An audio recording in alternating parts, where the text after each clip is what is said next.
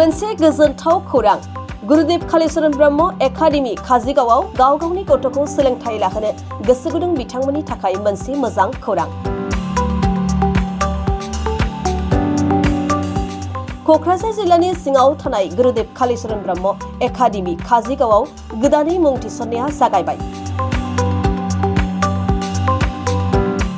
गुरुदेव Kalicharan Brahma academy काजिगाव फरायसालिया मोनसे बर' बिजों फरायसालि, जेराव नोंथाङा नोंथांनि गथ'खौ मोजां सोलोंथाइ लाहोनानै गोजौ फारसे दावगालांहोनो हागोन।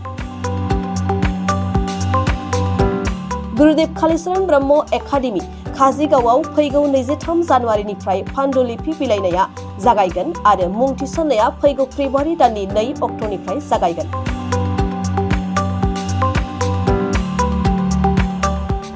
गुरुदेव कालीचरण ब्रह्म एकाडेमी काजिगावआव गोबां रोखोमनि खाबुफोर दं, जेरै हौवासा आरो हिनजावसाफोरनि थाखाय आलादायै हस्टेलनि खाबु दं आरो हस्टेलनि फरायसाफोरखौ फोरोंगिरिफोरानो जोथोनबो लायो आरो बे फरायसालियाव गोहैलो फरायसाफोरखौ उफ्रायै जोथोन लानाय जायो। बेजों लोगोसे बे फरायसालियाव कम्पिउटार सोलोंथाइनि खाबु, इंराजि आरो हिन्दी राव सोलोंनायनि खाबुबो दं। बेनि अनगायैबो जोलुर गेलेनाय, भलिबल, क्रिकेट, बेडमिन्टनजों लोगोसे गोबां गेलेनायनि खाबुफोरबो दं। बेनिखायनो नोंथाङा गुरुदेव कालीचरण ब्रह्म एकाडेमी काजिगावआव नोंथांनि गथ'खौ सोलोंथाइ लाहोनोब्ला मुं थिसननो हासिगोन। नैबे होनाय जानबुं नम्बराव खौरां लाहरनो हागोन।